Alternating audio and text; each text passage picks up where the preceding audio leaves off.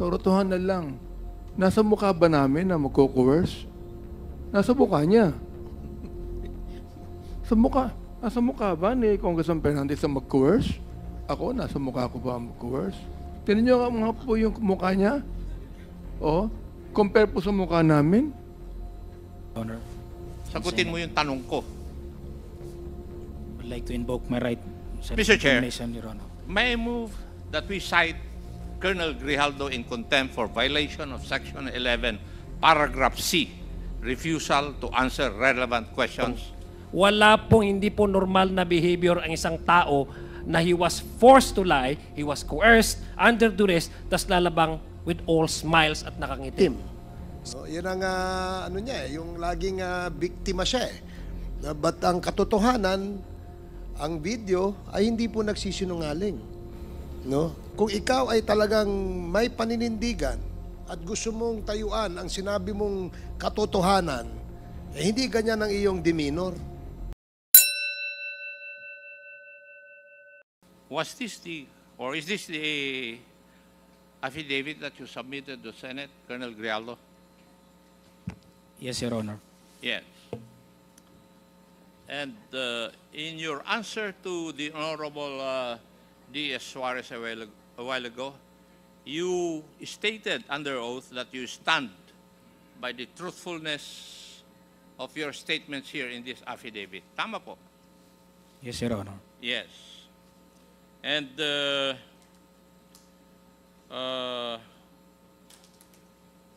you have imputed certain inappropriate actions on our two colleagues, the Honorable Abante and the Honorable Fernandez. Tama po ba?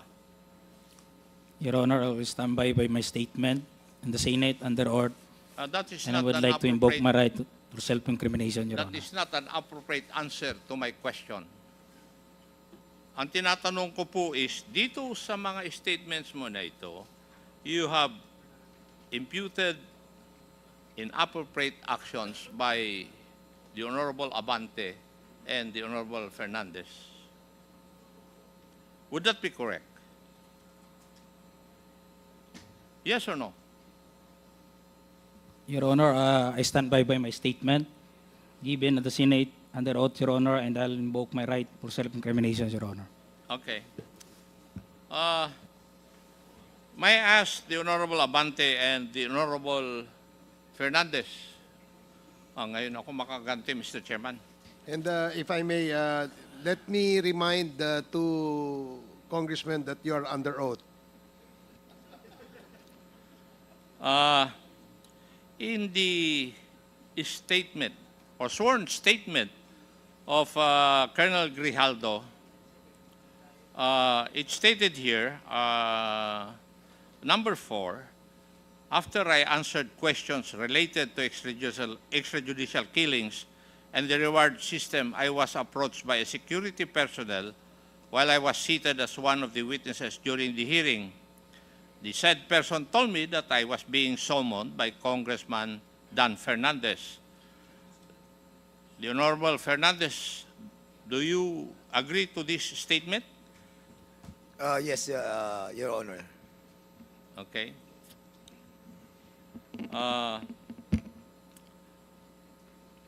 When I entered the room, I saw the two lawyers of Police Colonel Garma standing inside the room. Two lawyers of Colonel Garma standing inside the room.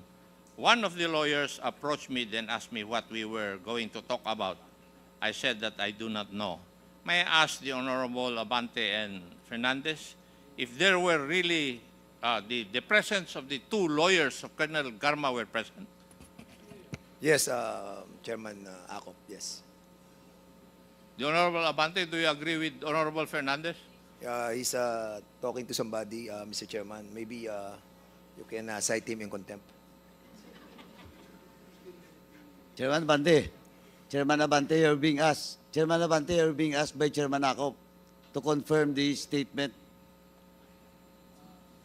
Do you agree with the statement of Colonel Grijaldo that there were two lawyers of Attorney Garma present when you talked with Colonel Grijaldo in a room? Yes, yes, Your Honor. There were two lawyers present. Thank you, Your Honor.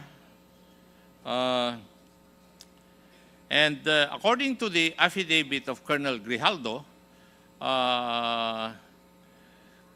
the Honorable Fernandez asked Colonel Grijaldo to sit beside him, and you entered the room and sat on the far end chair on the right.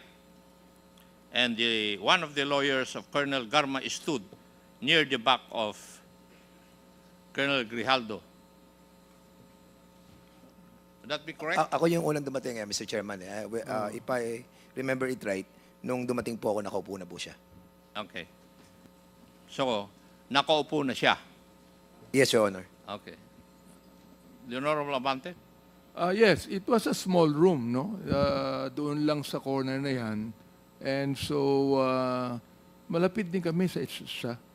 We just need to each other. In fact, Mr. Chair, I'd like to say na when I talked to him before he came in the room, was that because it was Colonel Garma that said that Colonel Grijaldo knows a lot. He knows a lot about this thing. So, sabi ko, sige, total, normal naman yung vetting na ginagawa natin, kinakausap natin. So, we talked to him and sinabi ko kay Colonel Garma, can he corroborate your statement? Ang sabi ni Colonel Garma, yes eh. So, kinausap namin. Your Honors, pasensya na po kayo kasi hindi naman sumasagot kasi sa mga tanong ko sa si Colonel Grijaldo. Kaya kayo po ang tatanungin ko na muna. Mr. Chair, if I be allowed.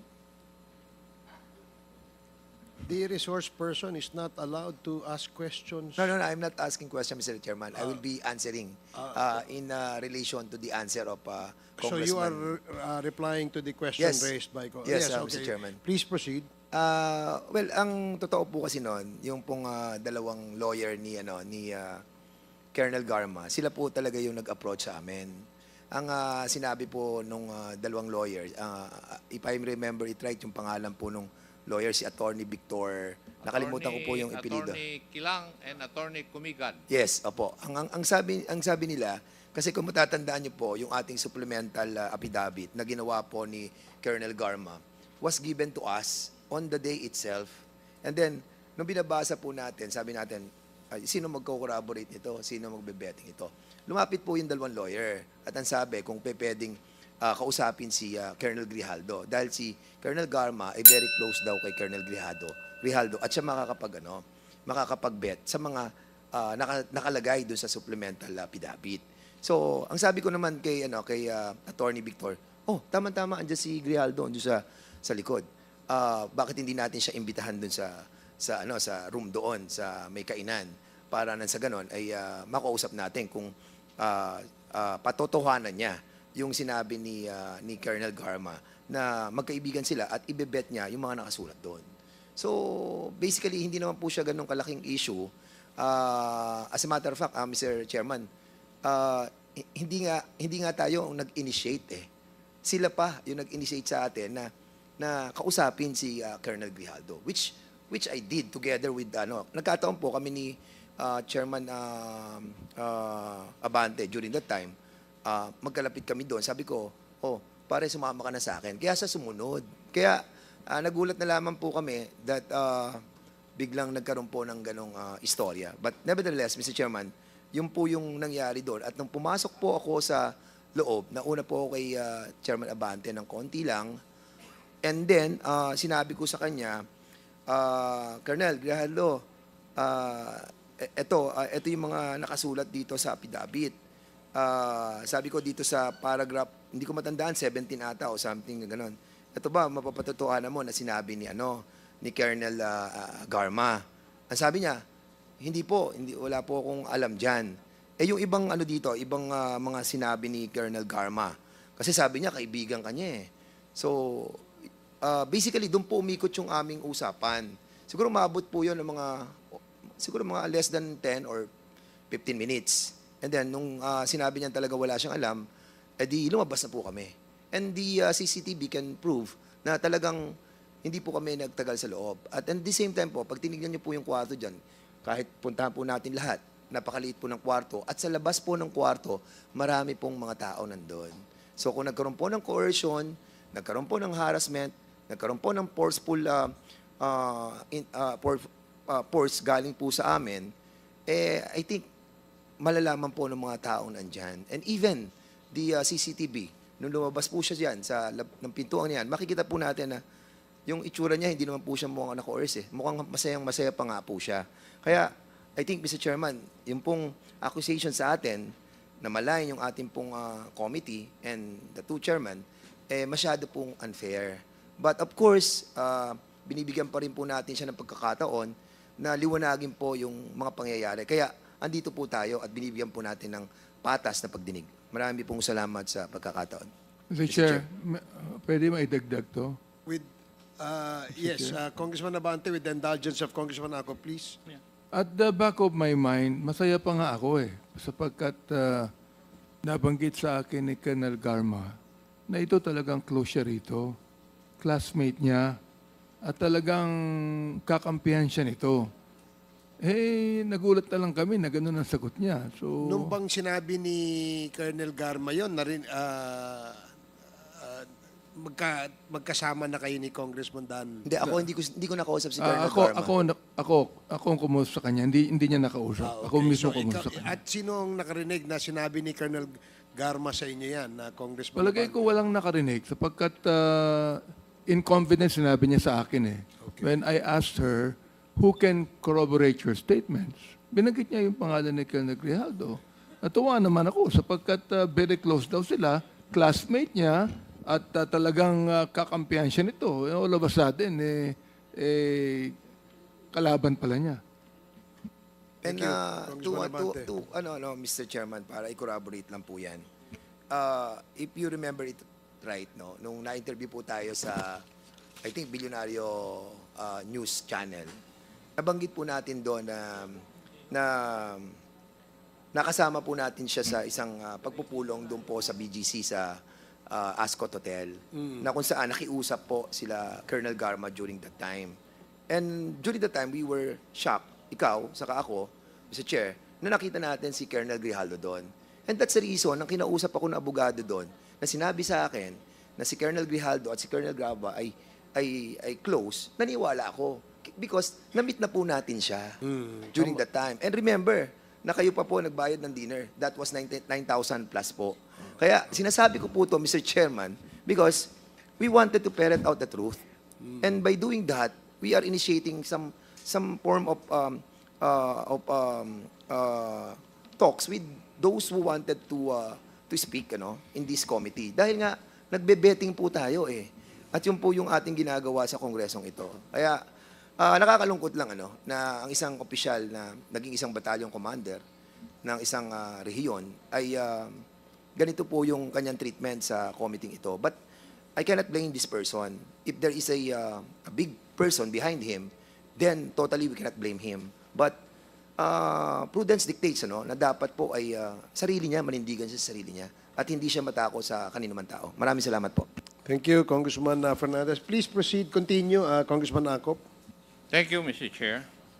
Also in the sworn statement, Kong Dan Fernandez put the paper he was holding on the table and told me, ito ang sasabihin mo sa statement na ito.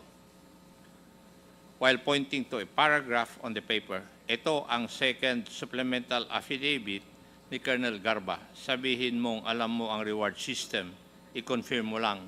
Would this be true, Honorable Fernandez? Po ganyan ang pagkakasabi ko. A while ago, I was testifying in this honorable committee that itinuro ko po, yan, Colonel Grijaldo, ito. Yan, mapapatotohanan mo ba na totoo itong sinabi ni Colonel Garma? Sabi niya, hindi ho, wala ho. Right away. Actually, parang hindi pa nga niya nababasa, parang umihindi na po siya. So, inilipat ko sa kabila. Sabi ko, itong mga ibang nandito, yan, hindi po yan kasi andun po ako sa Davao noong 2000, wala pa ho ako dyan during that time. So, yun lang po yung mga sitwasyon na nasabi ko sa kanya about dun sa supplemental affidavit. Actually, Mr. Chairman, Sa una pa lang, nararamdaman ko na hindi niya po i-confirm yung mga sinabi ni Colonel Garma. Actually, hindi ko na pinursue. Basically po, yung usapan, parang naging light na lang po yung moment ng usapan. At magmamanifest po yun, yung light moment na usapan namin. Because nung lumabas po siya, masaya siya. And we can even show yung CCTV na hawak po natin ngayon, na makikita natin that wala po sa facial expression niya na he was harassed. Comsec? Yung sinasabi ni Honorable Fernandez na video clip,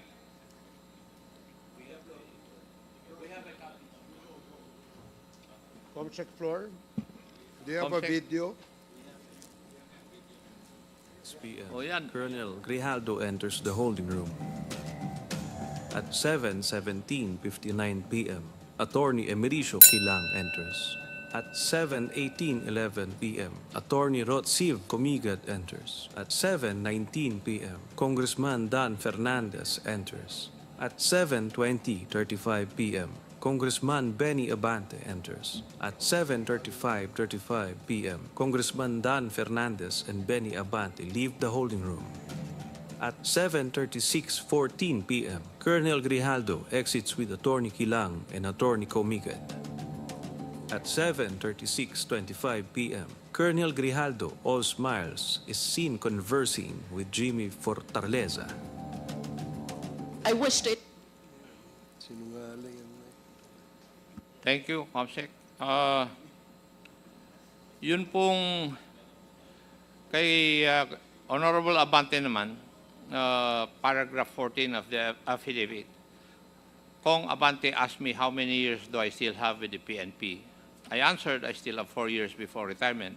Then he made the remark, pwede ka pang maging general. I humbly responded to him, masaya na ako sa ranggo ko, sir. Pagkatapos nito, uuwi na lang ako at magtatanim na lang ako ng kamote sa amin. Mr. Chair, I cannot recall, no? Pero kung yan man, nasabi ko, ako ba'y, meron ba akong karapatan na i-promote siya? Sapagkat sinabi niya ron, gusto ko siyang ipapromote. Anong karapatan ko para i-promote siya? Para lang siya magsabi ng gusto kong sabihin niya. Masyado namang akusasyon yan na kahit kailan, hindi ko ginawa kahit kanino. Thank you, Honorable Abante. Paragraph 15. The cordial conversation between us continued. So, walang animosity. Would you agree with that, Your Honors? Na cordial yung conversation niyo? Well, actually, Mr. Chairman, di mo pa binabanggit yan. Kanina sinabi ko nga, after na tinanong na namin yung mga ilang provision dun sa paragraph niya, na alam ko na hindi naman tayo makakakuha ng magandang resulta dun sa confirmation ng betting, sabi ko nga, naging light na lang yung usapan. Hindi ko na alam kung ano mga napag-usapan.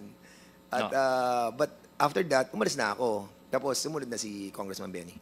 Pero dinagdag niya sa kanya. Mr. Chair, tama. Tama ho. Tama yung sinabi ni Chairman Dan na very cordial. Very light ang usapan namin. Para nabibiroan pa kami dun eh.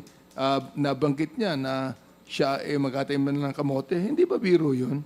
Yung ba totoo ba yun na magtatanim talaga siya ng kamote pagkatapos na mag-retire? Saka, in all due respect, Mr. Chair, if I may, Mr. Chair, may I be allowed to speak? Kasi, alam niyo po, napakasama naman po ng magiging action namin if we have done something like that without the prior approval of the members of the, the chairman of the Quadcom. Never na ginawa po ng bawat isa sa atin yan na meron po tayong gagawing betting ay hindi nalalaman po ng ating pong mga kasamahan. And yung pong, most especially, kung yung pong coercion at harassment na kung gagawin po namin ay mapuput into jeopardy, lahat ng ginawa po ng Quadcom. And hindi naman po kami ganun ka-bobo para gawin yung bagay na yon na alam namin na magkakaroon ng bad repercussion kung sakali na hindi mag-a-agree po si Colonel Grijaldo. And well, ako kasi medyo basically, nasaktan po ako doon kasi nga, I was expecting that Colonel Garma, through sa mga lawyers niya, na binanggit na hindi, si Colonel Grijaldo was my parang kasakasamahan na niya before. And they were very close. And yung expectation mo na sasabihin niya doon, na kino-confirm niya, then suddenly, nawala. Kaya po ako medyo na-disappoint during that time. But of course, kasama yun, marami na tayong ganyang kausap na talagang afterwards, hindi naman talaga na-confirm. But yun na nga, nagpapasalamat po ako sa committee na to na nabigyan po tayo ng pagkakataon para liwanagin tong issue na talagang nahirapan po tayo dahil sa hindi po pag-attend ni Colonel Grijaldo. Mr. Chair, sa totoo lang, kung siya nasaktan, si Congressman Dan Fernandez, ako naman na-offend. Sapagkat sa rotohan na lang, nasa mukha ba namin na magko-coerce? Nasa mukha niya.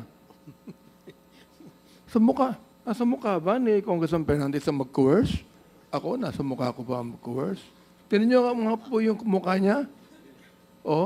Compare po sa mukha namin. And the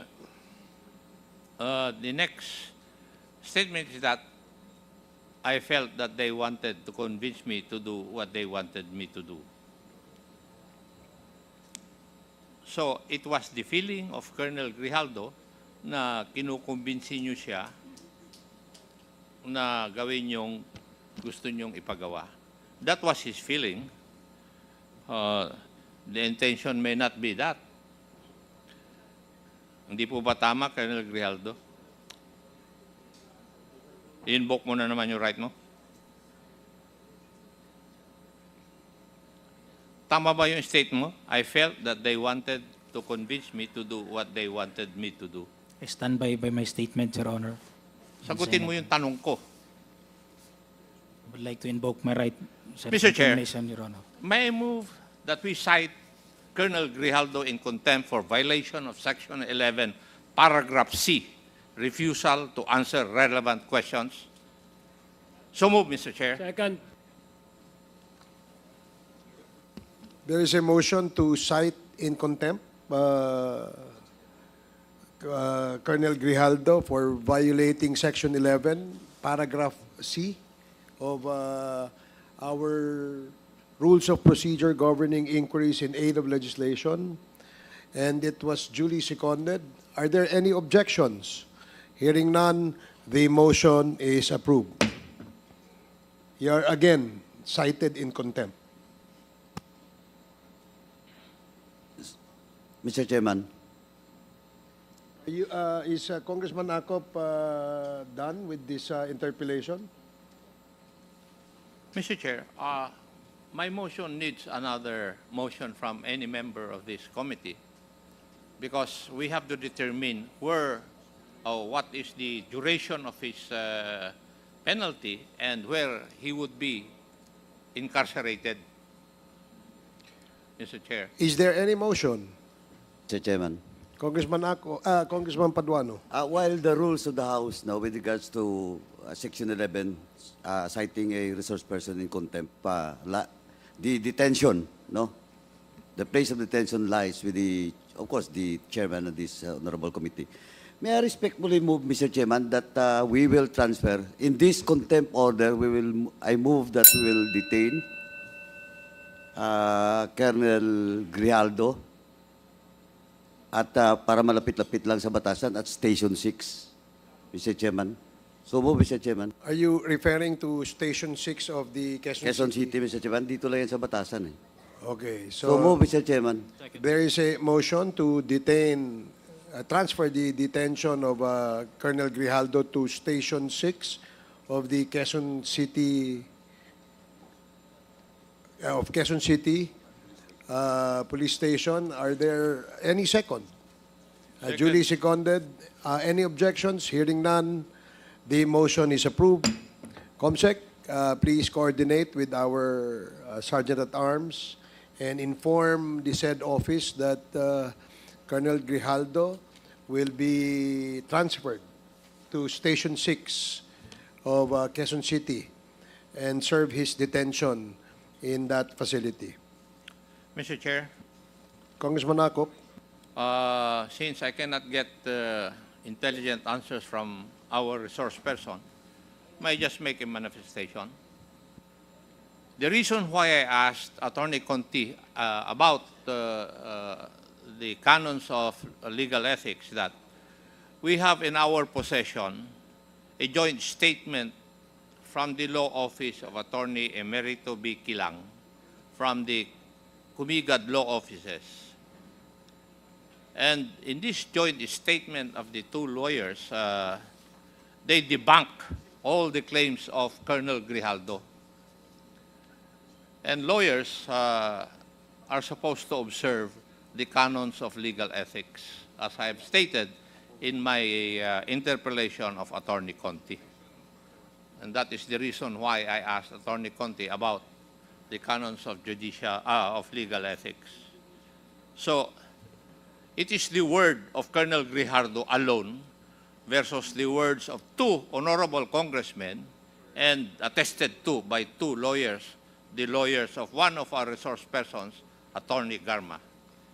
The other manifestation I want to make, Mr. Chair, is that in 4 instances where we invited Colonel Grijaldo, he has refused to attend.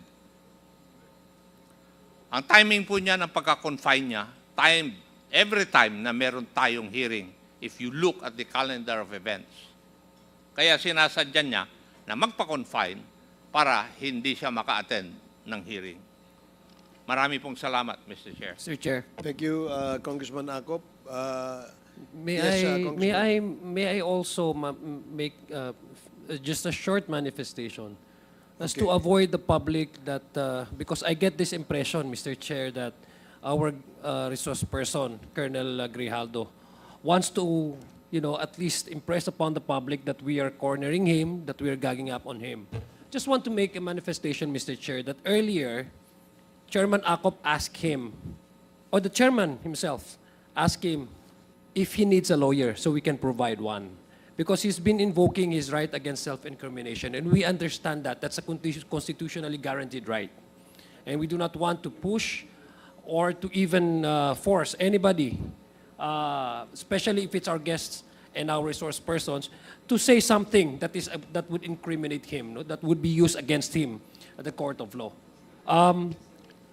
He was asked what's the basis of him invoking that right, when in fact the question of Deputy Speaker J.J. Suarez was merely on an affirmation that the affidavit he gave during the Senate investigation was really true, because he was reading on the affidavit and he was quoting word by word the exact affidavit, an exact portion of the affidavit given by Colonel Grijaldo to the Senate hearing.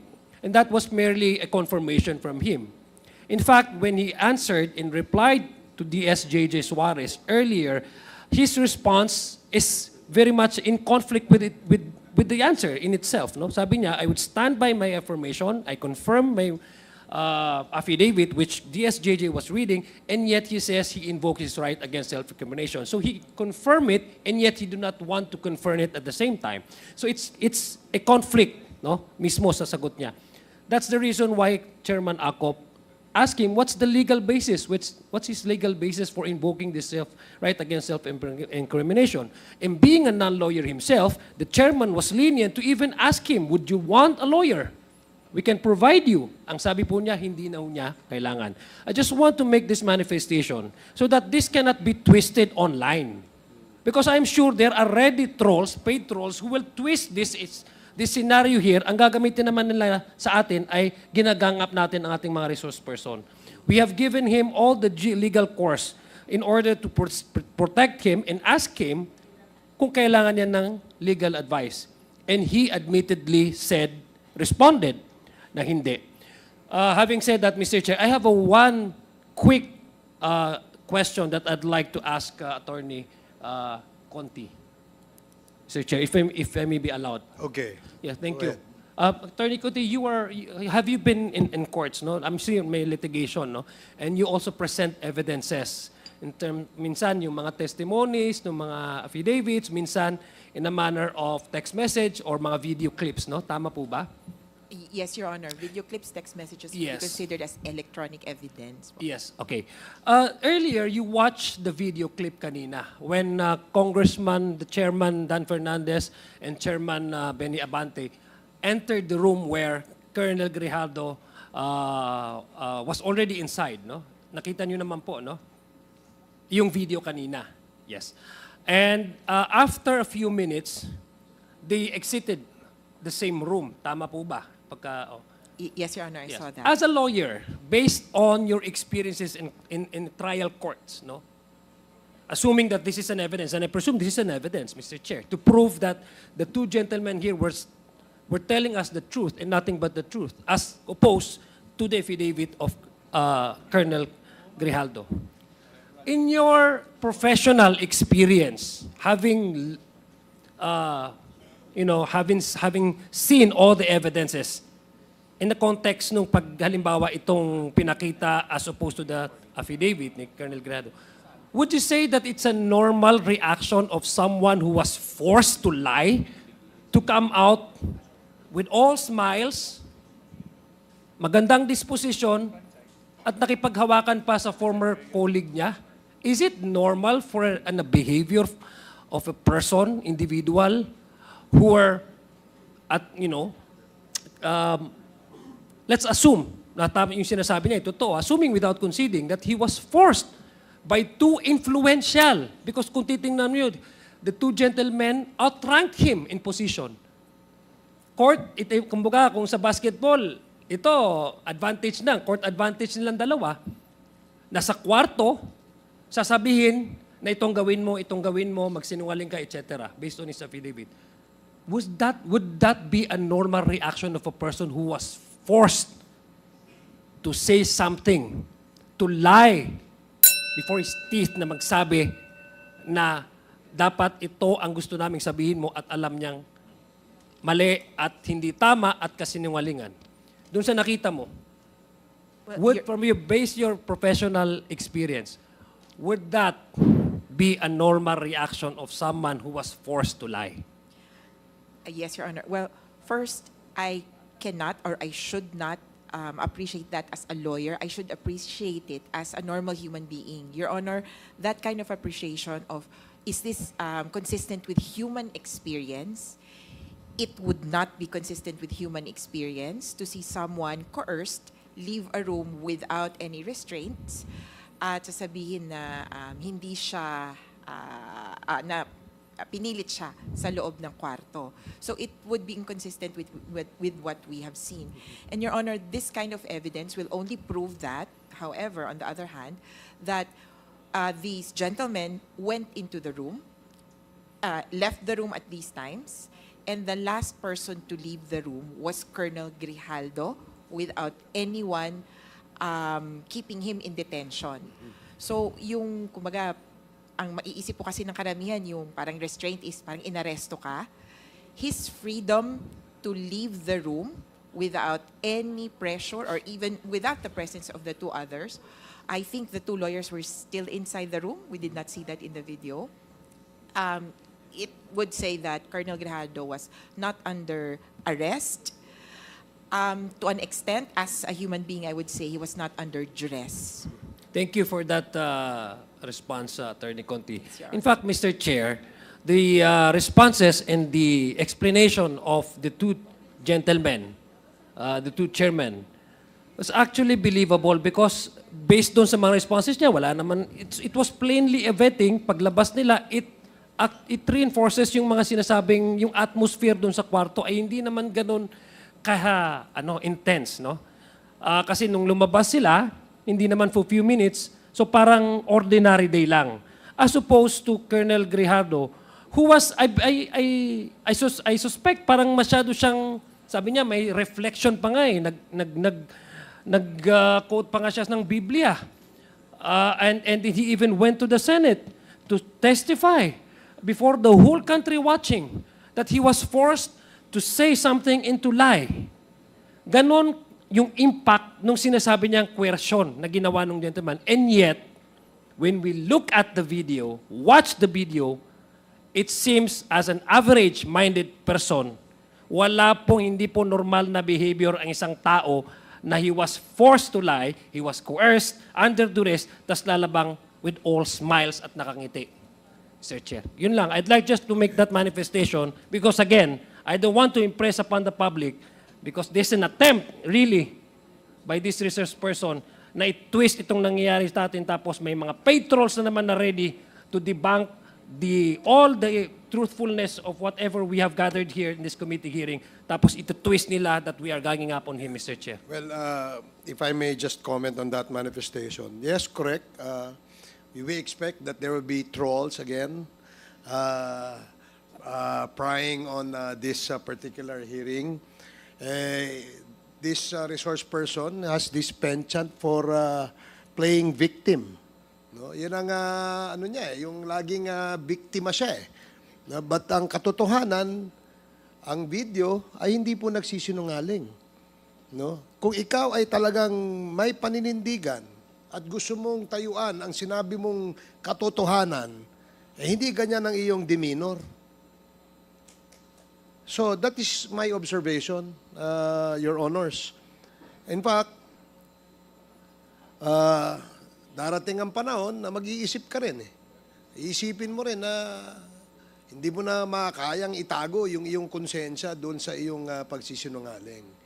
Now, just to add a little spice in this issue, please allow me to show in this video, just a short video lang, Your Honors, on the video of Colonel Grijaldo appearing before the Senate hearing and try to observe his demeanor. And tingnan natin no kung ano yung ano para lang po meron tayong point of comparison. So Comsec, can we play the video? And Colonel Grijaldo, can you watch the video and see for yourself kung ano yung ano mo diyan, yung demeanor diyan?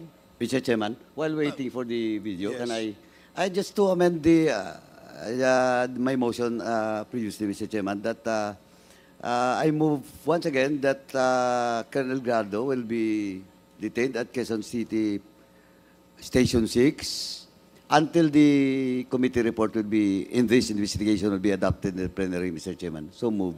Okay, there is a motion amending the previous approved ruling of the chair. Are there any objections?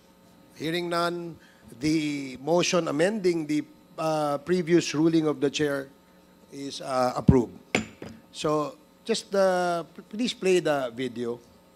Third level officer, presently assigned a personal holding administrative unit, Camp Crame, Quezon City. After duly sworn to, under oath and in accordance with law, do hereby depose and states that I, together with other invited PNP personnel, attended joint hearing in the House of Representatives. After I answered questions related to extrajudicial killings, Kong Dan Fernandez entered the room and he asked me to sit beside him, and then Kong Abante entered the room. One of the lawyers of Police Karma stood near at my back. Kong Dan Fernandez put the paper he was holding on the table and told me, ito ang sasabihin mong statement na ito. While pointing on the paragraph on the paper, ito ang supplemental affidavit ni Colonel Garma. Sabihin mo, alam mo ang reward system. I-confirm mo lang. Kong Dan told me to read the said affidavit. However, I asked the copy of affidavit he was showing to me to read it. He did not give it to me. Then Kong Abante asked me where I serve as a chief of police, to which I answered, Mandaluyong City Police Station.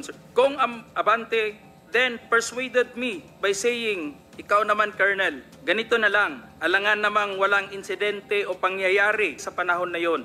I answered, and I served as a COP in Mandaluyong during the COVID-19 pandemic, and there were less crime committed. And we did not receive any reward from anyone. However, this videos... Okay, salamat. So, in my observation of the video that we just showed, shows that a police officer looking like a debonair in his uniform, with his rank, Lying to his teeth. Yun ang aking observation dun eh. And he delivered the statement with full of bragadasyo, so to speak. So, parang ngayon, parang nawala yung asim nung pagbibigay mo ng statement dun sa Senado, Colonel. Then, you keep on invoking your right against self-incrimination, which is a manifestation of hiding from the truth. Yun lang ang aking gustong idagdag dun sa manifestation. So, we now recognize Congressman... Very short, Mr. Chair. Okay. Congressman Paduano, and then Congresswoman Luistro, and then Congressman Flores. Thank you, Mr. Chairman. Just for procedural, I just like once again to inform Colonel Grijaldo that you have all the right now to file a motion for reconsideration the day after this hearing. But I do not believe that you will file because in the first contempt order from this committee to you, you file a certiorari in the Supreme Court. Tama po? But still, baka sabihin mo, question of due process, hindi ka namin binibigyan ng due process dito. That's why I reminded you about your right to file a motion for reconsideration tomorrow in this committee. Now, Mr. Chairman, I'd just like to put on record and to point out the statement, the manifestation from Chairman Acop a while ago with regards to the joint statement of the two lawyers that was present during the incident in which Chairman Abante and Chairman Dan Fernandez was present during that meeting with Colonel Grijaldo. Malinaw po dito, Mr. Chairman, na sinasabi nila na hindi totoo yung pinagsasabi ni Colonel Grijaldo doon sa Senado. And let me quote, Mr. Chairman, just the two paragraphs, no? Kasi 5 paragraphs, no? Just the 2 paragraphs, no? To quote, Mr. Chairman, we would like to shed light on the nature of the interactions we observed. The discussions were focused on ensuring clarity and understanding of Colonel Garma's affidavit, particularly regarding any knowledge of Colonel Grijaldo might have about the reward system mentioned in it. At no point did any of the congressman attempt to pressure Mr. Grijaldo into conforming to a predetermined narrative. Throughout the meeting, we can affirm that we did not witness any form of coercion. Again, to repeat, throughout the meeting, we can affirm that we did not witness any form of coercion or undue influence directed toward Mr. Grijaldo. The discussions taking place were cordial and respectful. Congressman Dan Fernandez and Congressman Abante engaged in a dialogue that was both professional and focused on the matter at hand. At no point did we see or hear any actions or statements that could be interpreted as pressuring Mr. Grijaldo to conform to a specific narrative. Yun po on record, Mr. Chairman, the joint statement that was signed by the Council of former Colonel Rowena Garma, Attorney Emerito Kilang, and Attorney Rotsib Kumikad, Mr. Chairman. So ito po, nagpapatoo na nagsinungaling si Colonel Grijaldo doon sa Senado. Now, second, Mr. Chairman, I would like to point out, makita po sa CCTV kanina, na paglabas, nakangiti pa. Well, in fact, alam niyo ba, ang kinamayan niya outside of that room was his classmate. Mista niya po. And supposedly, kung inipit siya, pressure siya, ang the first person that he approached outside of that room, kaklase niya, yung mista niya. Class 97, in the person of Jimmy Fortaleza. Kitang-kita niyo po, nakakamay pa. Nakasmile pa. Nag-uusap pa sila ni Jimmy Fortaleza, former Major Jimmy Fortaleza. Now, again, Mr. Chairman, naawa lang ako dito kay Colonel Gallardo because he keep on imposing or invoking his right to self-incrimination. You're a graduate of PNP Class 97. Hindi mo palang napagandaan kung alin doon ang pwede mong invoke at hindi invoke nung tinanong ang Chairman Acop, hindi mo masagot. Any specific basis or laws or articles or section. And now, I would like to remind and educate you, Colonel Grijaldo. Under Article 3, Section 17 on our 1987 Constitution, tama po, no person shall be compelled to be a witness against himself. That's self-incrimination. But I will cite jurisprudence that you cannot use it in your case. Mr. Grijaldo, Supreme Court ruling with regard to Arnold versus Nazareno. Allow me to read, Mr. Chairman, portion of that. The fact that the testimony of a witness may tend to show that he has violated the law is not sufficient. Is not sufficient to entitle him to claim the protection of the constitutional provision against self-incrimination, unless he is at the same time liable to prosecution and punishment for such violation. No case has been filed against you, Colonel Grijaldo. That's why in that Arnold versus Nazareno, you cannot invoke such provision of the Constitution, Mr. Grijaldo. Our second jurisprudence, Rosette versus Lim. The privilege against self-incrimination can be claimed. You can claim it only when specific question, incriminatory in character, is actually addressed to the witness. It cannot be claimed at any other time. You cannot claim it unless, sabi nga doon sa Arnold at Nazareno, unless may pending case po or punishment for such violation. Eh, tinanong ka pa kanina, if you want to have a lawyer, ayaw mo, o di. And I hope, Colonel Grijaldo, after this hearing, you ask your counsel, and I do believe that you will file again a certiorari in the Supreme Court, and that's your right. And let us see what will be the position of the Supreme Court with regards to your pleading. Thank you, Mr. Chairman.